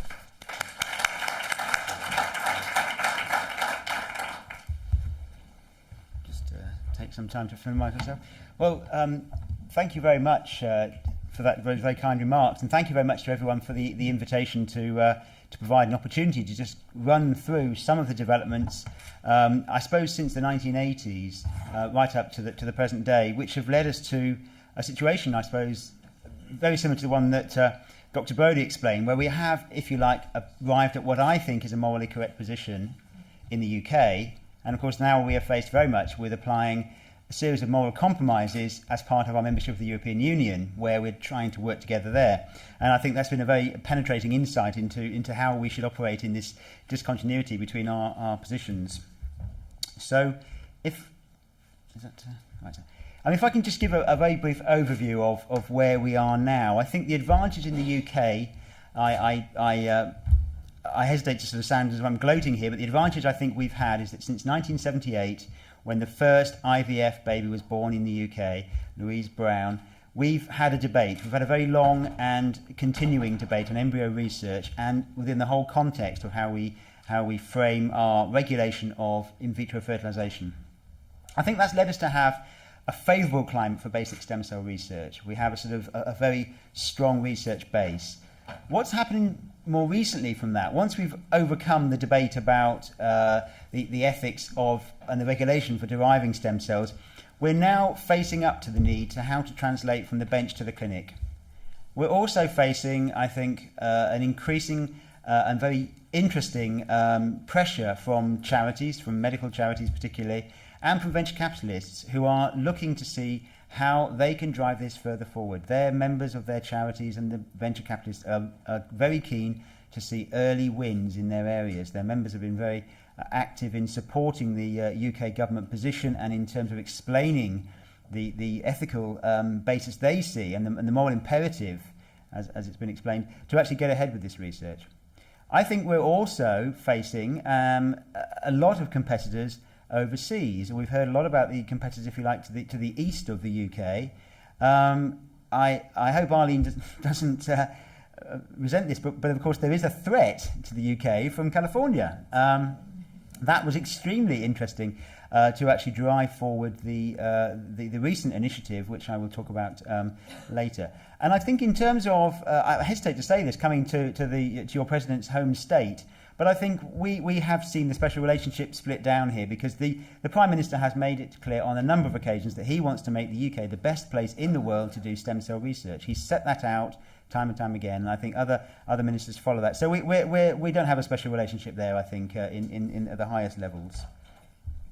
So let me just briefly run through what the government supports, because I don't want to focus too much on embryonic stem cells. I want to actually give a more rounded view about the work that the UK government has been doing. And I'm sure we'll hear later from Colin and Stephen about some of the science, but I just wanted to make it quite clear that the government has made support available for all sources of stem cells, adult, fetal, cord blood and embryonic. It also, and this is I think the area that Dr. Brodie's already mentioned, we support using all sorts of embryos, for want of a better word, in the production of stem cells. Surplus IVF embryos, embryos created specifically for research, and those that may have been derived from somatic cell nuclear transfer or therapeutic cloning. And that's something that we've in effect set out that position very clearly. And ministers have actually sort of, I think, summed it up by saying that it's bad enough trying to do research anyway without putting arbitrary or draconian restrictions in the way of researchers. They're making a very pragmatic statement there, and that's I think underpinning all the work that we've been doing in the last several years. I suppose going back again to the points that Dr. Brodie made, we've had a landmark report in 1984 in the Warnock report, which is a committee looking at the need for regulation on fertilisation and embryology. Dame Mary Warnock's report, I think I'm still in awe of it when you look at it, the common sense in it, has stated, and I think this has been revisited several times and nobody has sought to move away from this position, but the majority view is that you cannot treat an embryo, ex utero embryo, give it the same sort of sets of rights and protections as a full human being. And I think a contentious point from many countries is that if we look at the second paragraph, the thing that stands out there is that unlike a fully human being, it might legitimately be used as a means to an end for the good of other humans. I think that's a key point that's driven so much of the UK debate. And I think I've yet to see a significant groundswell of opinion that moves against that particular point, even when we had a big debate about therapeutic cloning. But of course, that's not to say this is not a sort of carte blanche for researchers to go and do whatever they wish, because the embryo does have a special status and deserves regulation. And I think, again, that gives us a different perspective to the situation that Neil outlined earlier, in that we see regulation as applying to publicly funded and privately funded research, and there's no distinction in the UK to speak of on that. The Warnock report led to a major piece of legislation, the 1990 Act. I'm sorry I referred to it in 1991 Act, but it's the 1990 Act, Human Fertilisation and Embryology Act. The Act is still current. It establishes the Human Fertilisation and Embryology Authority, and I think you've heard from Dame Susie Leather, who's the head of the HFEA at the previous meeting.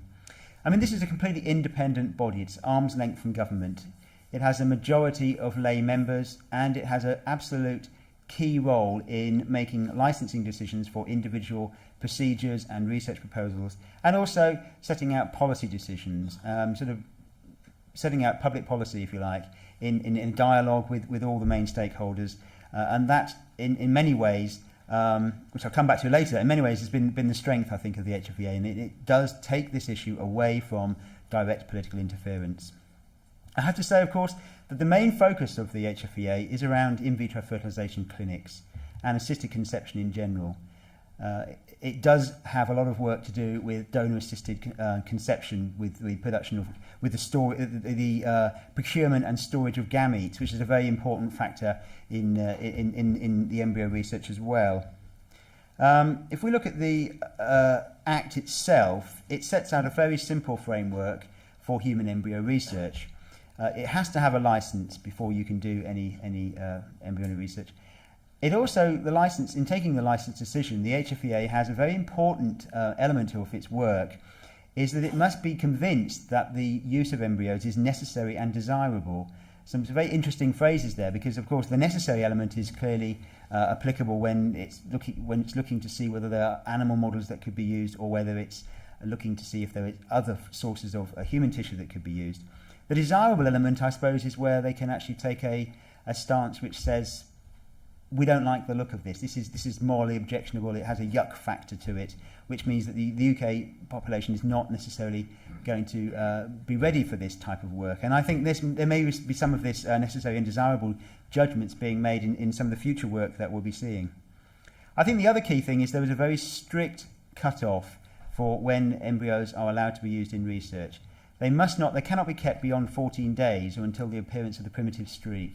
This is absolutely crucial to make it clear that they are only being looked at in the very early phases, when it's difficult to see the connection between the mass of cells and a fully formed human fetus. And I think also the embryos can only be used for purposes that are specified in the legislation. That's either in the primary legislation of the Act, but also in secondary regulations which have come along since the Act. So in the Act itself, there are several purposes which are permitted for research. For research into infertility treatment, for the understanding of miscarriage, for contraception techniques, and for the genetic testing of embryos, meaning that this is a pre-implantation genetic diagnosis. And also for the much more general term of understanding of congenital disease. So those are the purposes that are permitted in the Act as it stands at the present day. But it also has some very clear prohibitions as well. You cannot put human gametes or embryos into a woman. You can't keep an embryo beyond 14 days, as I've said.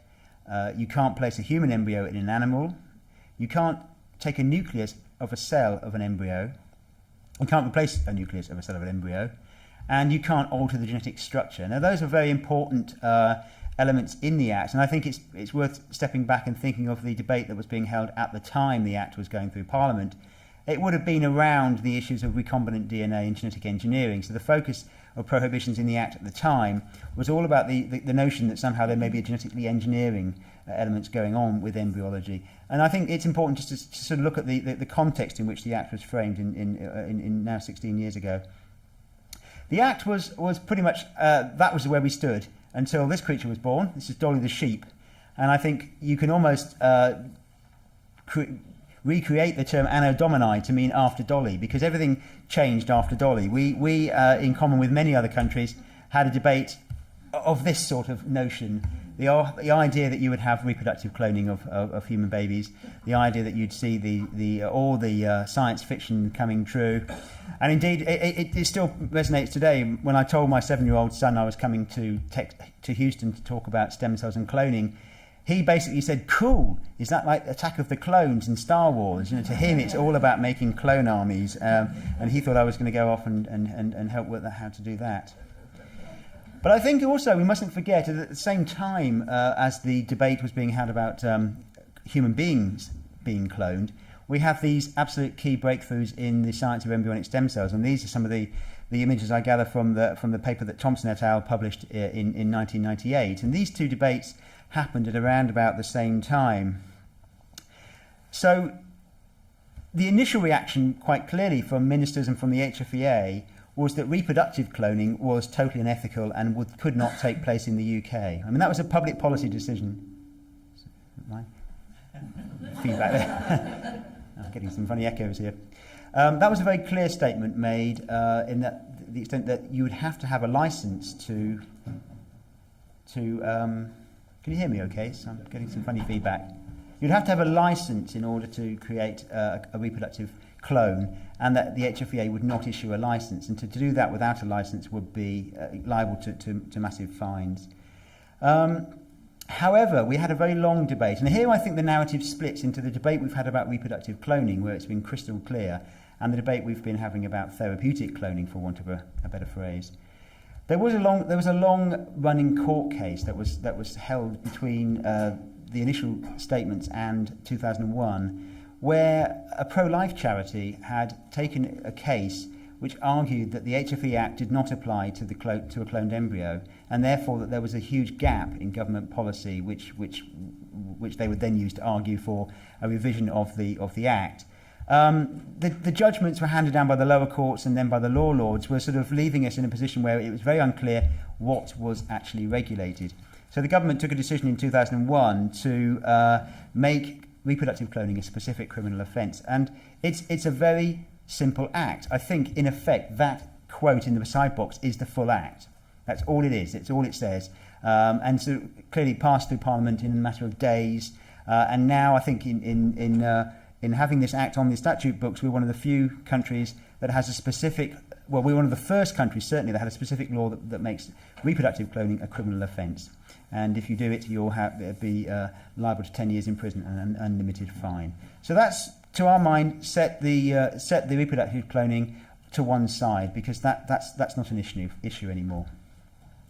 What we did do, following the Thompson papers and following the earlier reports from the HFEA and the Human Genetics Advisory Committee, was the government asked the Chief Medical Officer to explore the potential benefits to human health from stem cells. And he concluded that stem cell research opens up a new medical frontier which offers enormous potential for the treatment of chronic diseases, injuries, and the relief of human suffering.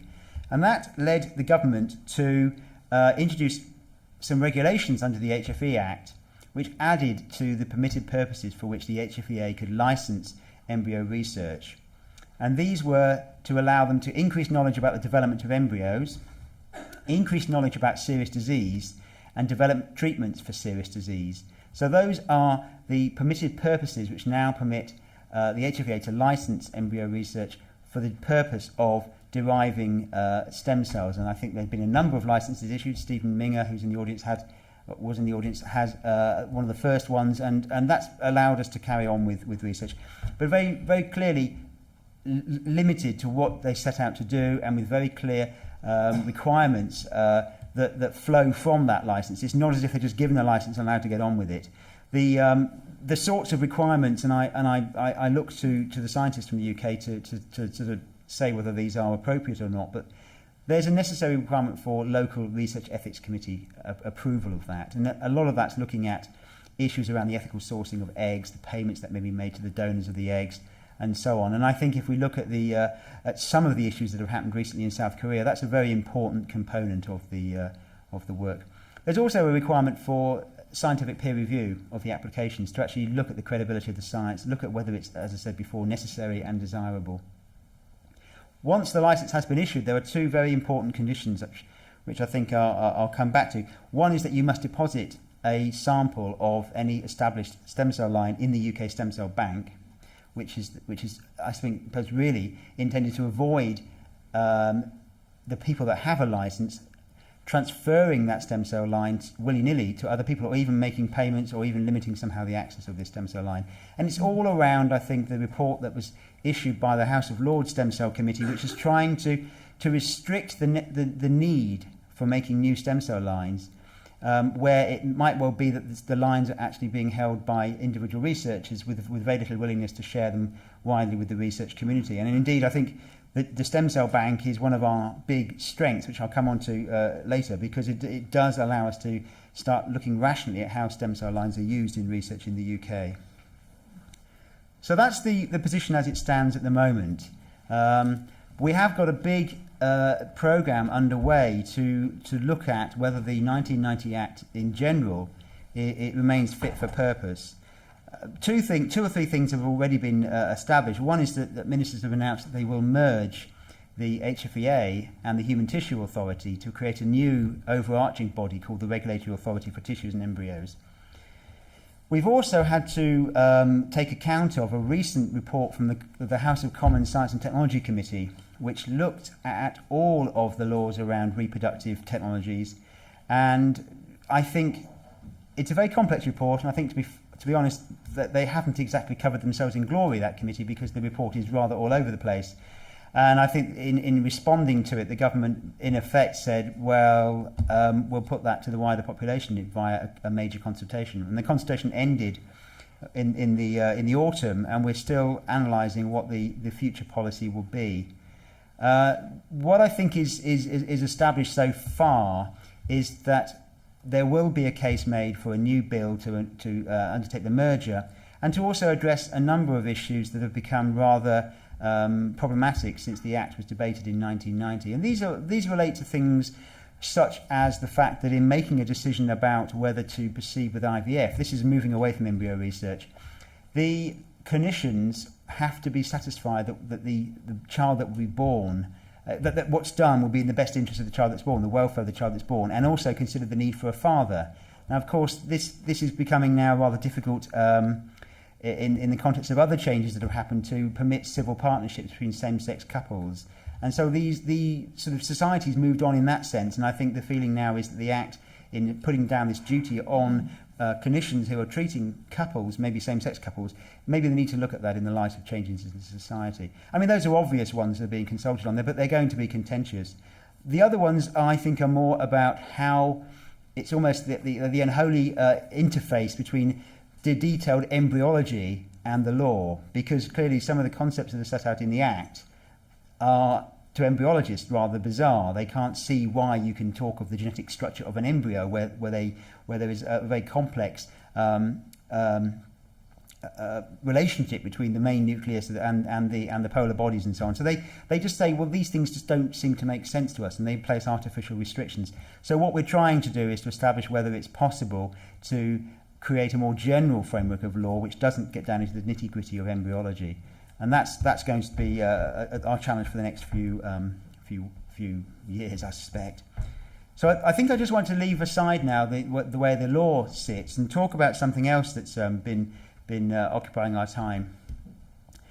As well as the law that relates to embryology and stem cells, we've got to look at what the other sort of procedures are that sit around the whole of stem cell research, the wider regulatory context.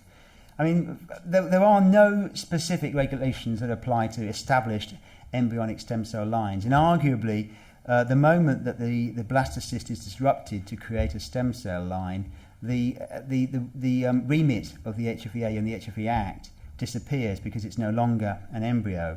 But of course, we do have these license conditions which give this reach through to ensure that the lines are treated with respect, and that's in a position that's established following the report I mentioned from the House of Lords. So we have a committee which looks at the types of stem cells that are deposited in the stem cell bank, and also looks very carefully at any applications to withdraw samples from the stem cell bank to look at what purposes those are being used for. I mean, it's difficult to know where they would have great difficulty, but I suppose there is a concern, for example, that that embryonic stem cells might make their way into some cosmetic product or something that seems, to some extent, entirely trivial to some people. And that's something that which would seem to be at odds with the serious purposes for which the stem cells lines are created. But moving away from the embryonic stem cells to more generally, I mean, there are the standard requirements that we have in medicines regulations for good laboratory practice, good clinical practice, good manufacturing practice. Those will apply to stem cells, and what we need to work on with European regulators and UK regulators is appropriate frameworks and appropriate technical standards. We also, if we move forward into clinical trials, they will be affected by a European Commission directive, European Communities directive and UK regulations. And moving further forward, we're seeing developments of EU directives which are about the safety and transfer of cells and tissues between European states to provide for, if you like, European-wide banks of tissue and cells. These are things that are not formed in products but are transferred from one hospital to another. And I think the issue of embryonic stem cells emerged in the debate there. And there is a compromise, a moral compromise, I think, which in effect says that member states are free to make their own decisions about what these lines will be used for eventually. That's going to raise a whole bunch of new issues, I think, because we will have to establish what happens if there are therapies available in one country that are not available in another. What happens in terms of health tourism? We already have reproductive tourism, and then we'll now have health tourism. And I think there's a whole ethical issue there, which is just recently emerging, is about that's fine for wealthy people who can afford to travel. What about poorer people who may well need the therapies more? There's a health inequality built into that process. But I mean, this is where we are with moral compromises, as Dr. Brodie says, and I think we'll have to work on this very hard over the next decade or so, because the same sort of approach is being taken for advanced therapies regulations, which will be about products. It's also the same sort of approach is applied when EU funding through the framework programmes. We have a framework programme 6, which unleashes billions of euros for research, which has some additional measures that are put in place when the research involves embryonic stem cell lines. There's an additional layer of ethical review. And these are the sorts of debates we continually have, and the UK's position is quite clear. We work with a number of like-minded countries, and we work with countries that also may themselves, as I think Dr. Brodie said, may themselves not feel the need for this sort of research, but clearly can understand the imperative for allowing this research to be done where it's ethical. And this is all part of a very interesting debate. There are a number of international instruments that are relevant here. I have to say the UK has been very active in these instruments, but it hasn't necessarily agreed with any of the decisions made ultimately. We've done a lot of work with the Council of Europe, which is not to be confused with the European Commission. It's actually a much larger body, which consists of 42 European countries, including Russia and Israel to some extent. They have a major convention on biomedicine, the Oviedo Convention, which covers a number of issues, and they have spun off from that a number of detailed protocols. These have the form of conventions and treaties, so that if you sign and ratify a convention or its protocol, it's binding on you. One in particular is on cloning, which bans any intervention aimed to create a genetically identical human being. But I think very cleverly leaves the definition of human being up to national parliaments, and I think clearly in the UK, our definition of human being would not include an embryo up to 14 days. In other countries, as we've heard, it's very clear the moment of conception is that creates a human being. But that does allow compromise, again, within an even larger European perspective to take place. We were very much happy to take a similar approach in a recent long-running debate at the United Nations General Assembly on cloning. It ultimately, and I think it's very well explained in the pack that in the booklet that comes with the pack, ultimately there was a compromise there again, which led to a non-binding declaration. But the UK government actually voted very strongly against that, and even went public to say that it would make no difference to UK policy, and that we were, as our then Secretary of State said, we voted against it because it bans all forms of cloning. It's a shame that the UN could not agree to a legally binding worldwide ban on reproductive cloning because some, and I think you know one of the countries I'm talking about, refuse to allow individual countries to make their own minds up on therapeutic cloning. And I think, again, that's where the UK and US simply parted company on policy about therapeutic cloning versus reproductive cloning. And we did all that was in our power to argue our case and then have stated that it's not going to affect our policy. So that's, as I say, that's the regulatory, the sort of regulatory side of things. What I'd like to talk about now is some work that we've done, which culminated in this report, which I think there's 1 or 2 copies available here today, but I can certainly point you where it's where you can find it on the web. This was an initiative launched by our Chancellor of the Exchequer, Gordon Brown, in the budget in 2005, who asked Sir John Patterson, who is a former Director of Research in the National Health Service, to look at a 10-year vision and strategy, a costed strategy, for developments in stem cells across the field.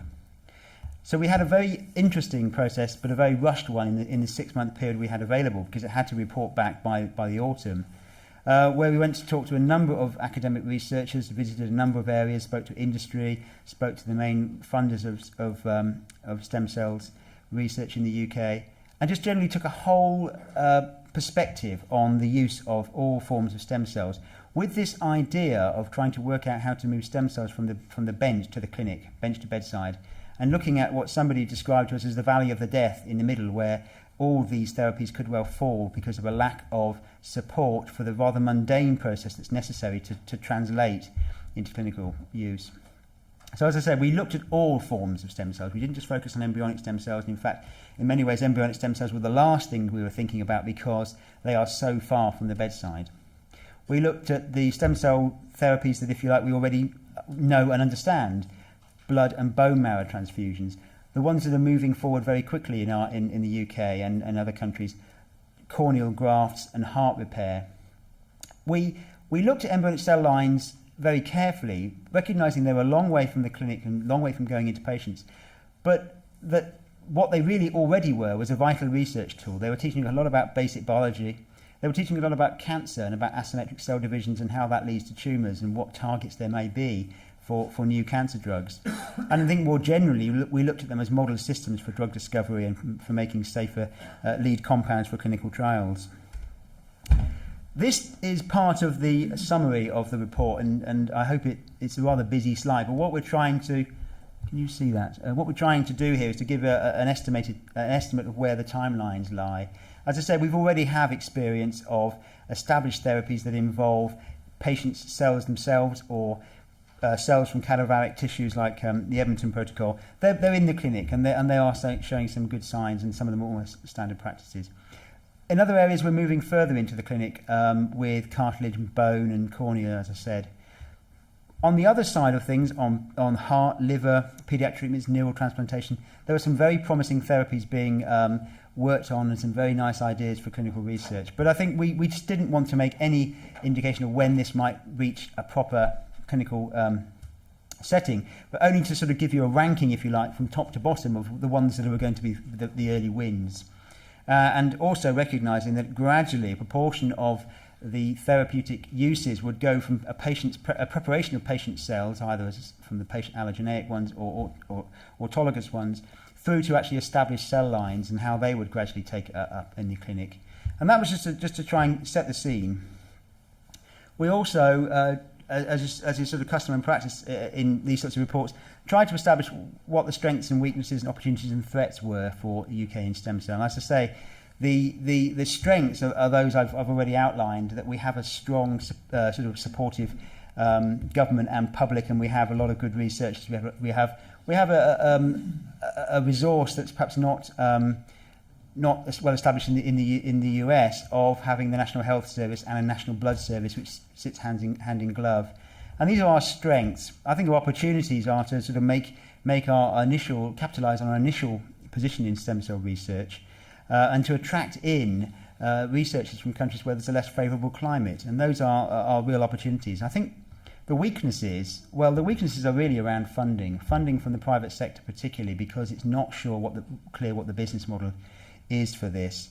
We have a history of making inventions and then losing them when it comes to actually capitalise on them later, and that's being addressed in a number of ways, probably beyond the scope of this report, but we're cognizant of that. And as I say, I think we at the time felt very threatened by the work in California, by the massive amount of funding, and the fact that it was just possible to see a brain drain going to both the US and also at the time to South Korea, which was seen to be forging ahead. So that's where we stood when we made the initial analysis.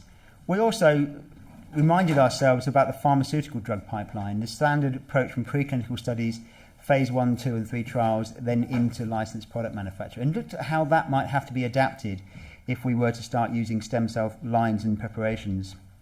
And to us, it really introduces a number of additional requirements, and the report goes through each of these requirements and tries to work out the best way of supporting that. But the key things, I think, are having access to a good quality bank of well-characterized cells, both research grade and clinical grade, and then also being able to scale those up in production to provide enough to go into trials in specialized areas.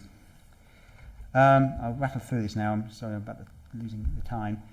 We had a number of themes, as I said, which the report makes a recommendation on. I mean, perhaps the most interesting one for us is to look at establishing a public-private consortium to do pre-competitive research to establish cell lines that will be useful for pharmaceutical drug discovery. So, for example, we can perhaps establish stem cell lines which would allow to look at cardiotoxicity or liver toxicity very early on, and these cell lines will be then available, and the IP around them will be available to pharmaceutical companies to actually take them back to their research labs and to use them. That's something we're still working up. We looked at how to extend the capacity for UK stem cell research to get better centres of excellence, better support, as I say.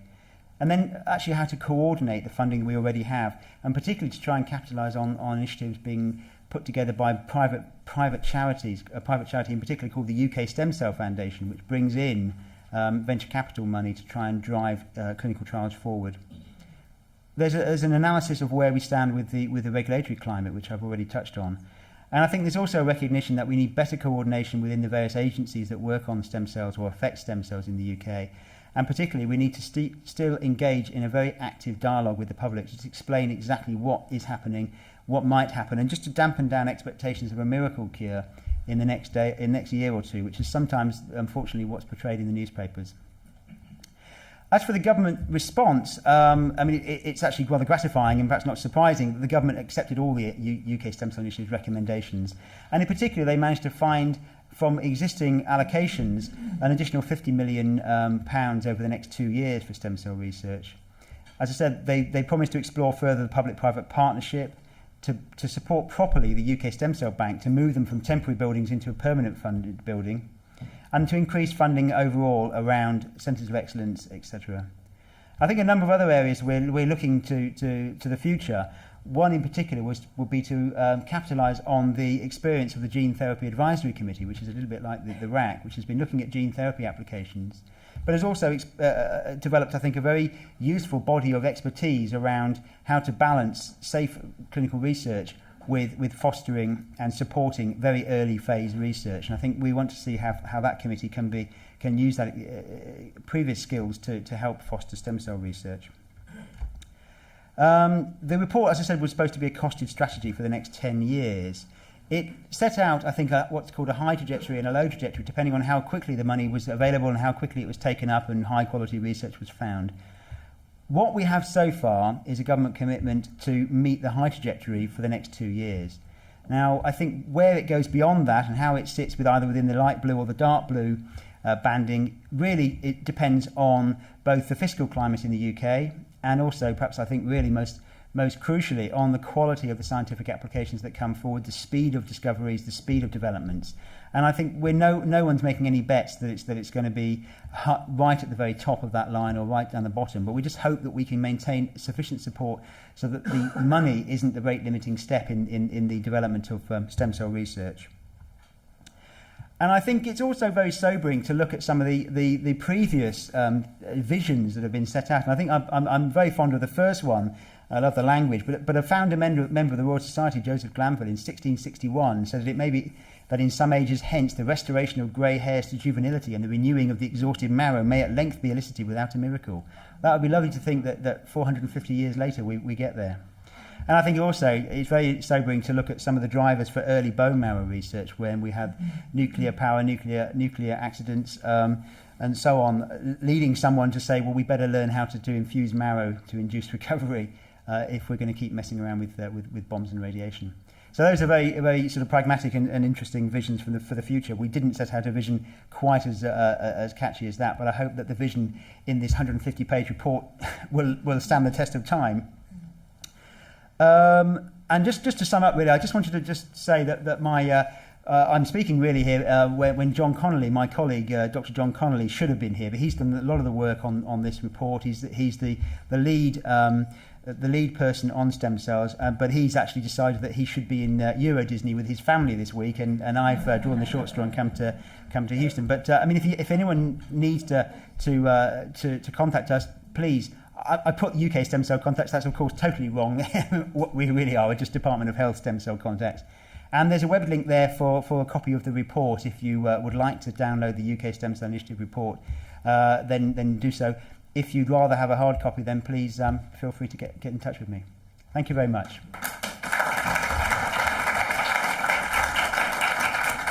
Thank you. We have time for a question. Yes, please. For those teams in the UK that are handling somatic cell nuclear transfer, Keith Campbell, for example, what do they use for the source of their ova? Do they use what Louis Gannon calls a piggyback donor program, or is there a specific program set up to donate ova specifically for research? My understanding is that there's a local arrangement which suits the circumstances as to how the researchers are linked to an IVF clinic, which will supply the surplus embryos or the direct ova. I don't know if Stephen Minger might be the best person to give you an idea about that, but there's certainly no central UK government programme to collect ova and then distribute them to research labs. That's not something we're considering at all. In the U.S., we have two societies, ACOG and American Society of Reproductive Medicine, that endorse paying amounts of money for research versus the National Academy of Science, which says not to pay. What is the UK's policy on the donors for eggs? Do you pay them or not? We don't pay them. I think that's a very difficult issue for the UK. It flies in the face, I think, of the approach in general to the donation of blood and bone marrow, where it's largely based on an altruistic donation. There are some occasions where it's linked to the provision of an IVF cycle of treatment, but I think on the whole there is no direct payment to women who are not already within the IVF process, as far as I'm aware. Thank you very much. Let's thank Dr. Hale, please.